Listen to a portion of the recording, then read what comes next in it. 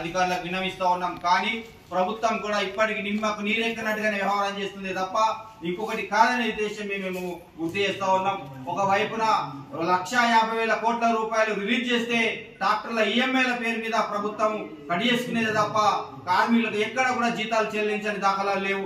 ఇప్పటికీ ఎస్టీఓకు చెక్కులు రాశామని చెప్పేసి అధికారులు మాట్లాడుతున్నారు. కానీ అధికారులు రాసినటువంటి చెక్కులు ఇప్పటికీ ఎస్టీఓ ద్వారా డబ్బులు రాక కార్మికులు అవస్థలు పడతా ఉన్నారు. తినడానికి తిండి లేని కార్మికులు, రికార్డు జగన్ డొక్కటిందని కార్మికుల పట్ల కొంతమంది అధికారులు నిర్లక్ష్యంగా వహిస్తూ దురుసుగా మాట్లాడుతూ పని చేస్తే చేయండి లేకపోతే లేదని చెప్పేసి వ్యతిరేకంగా దూసిగా మాట్లాడి భయభ్రాంతులకు గురి చేస్తా ఉన్నారు.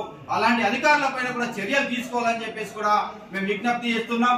నిన్ననే సిరికొండ ఎంపీఓ గారితో ఫోన్లో మాట్లాడితే ఆయన మాట్లాడిన వ్యాఖ్యలు కార్మికులను కించపరిచే విధంగా మాట్లాడి ఆయనను అనుచిత వ్యాఖ్యలు చేసి వాళ్ళని కుంగదీసే విధంగా మాట్లాడిన మాటలకు తీరుగా ఈరోజు ఒక రోజు నిరసన కార్యక్రమంలో భాగంగానే ఈరోజు ఎంపీడీఓ ఆఫీస్ ముందు ధర్నా చేయాలని చెప్పేసి కూడా ఐఎఫ్టీగా భావించి కార్యక్రమం చేయబడడం జరుగుతుంది.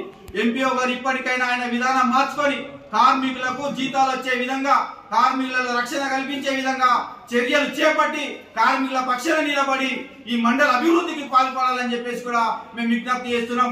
అయినప్పటికీ కూడా ఆయన తీరు మార్చుకోకుండా కార్మికులను బెదిరిస్తూ భయభ్రాంతులకు గురి చేస్తూ ఇవాళ సిరికొండలో గ్రామ పంచాయతీలు పని మానేస్తే అక్కడ కూలీలను పెట్టి ఇలా పని చేయిస్తా ఉన్నారు. ఇది సరైన విధానం కాదు.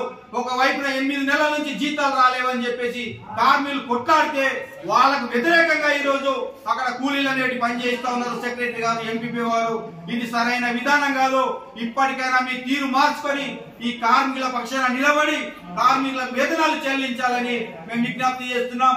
లేకపోతే రాబోయే రోజుల్లో ఖచ్చితంగా నీకు ఈ ప్రభుత్వానికి బుద్ధి చెప్పే కార్యక్రమం కూడా చేపడతామని చెప్పేసి కూడా ఈ సందర్భంగా గుర్తు చేస్తున్నాం. సమ్మెలు చేయడం, ఉద్యమాలు చేయడం ఐఎఫ్కు కొత్త కాదు. నీలాంటి ఆఫీసర్లు వచ్చారు పోయారు, ఎవరు కూడా ఎక్కడ కూడా ఇలాంటి దురుసుగా మాట్లాడే అధికారులు లేరు. ప్రజల పక్షాన, కార్మికుల పక్షాన నిలబడి సమస్యలు పరిష్కరించలే తప్ప మీలాగా వచ్చి మాట్లాడిపోయే వాళ్ళు కాలేదు. ఇప్పటికైనా ఈ కార్మికుల పట్ల నిలబడి ఎస్టీఓ ద్వారా డబ్బులు తెప్పించి కార్మికుల పొట్ట నింపే విధంగా చర్యలు చేపట్టాలని చెప్పేసి కూడా ఐఎఫ్టీగా మేము డిమాండ్ చేస్తూ గుర్తు చేస్తా ఉన్నాం.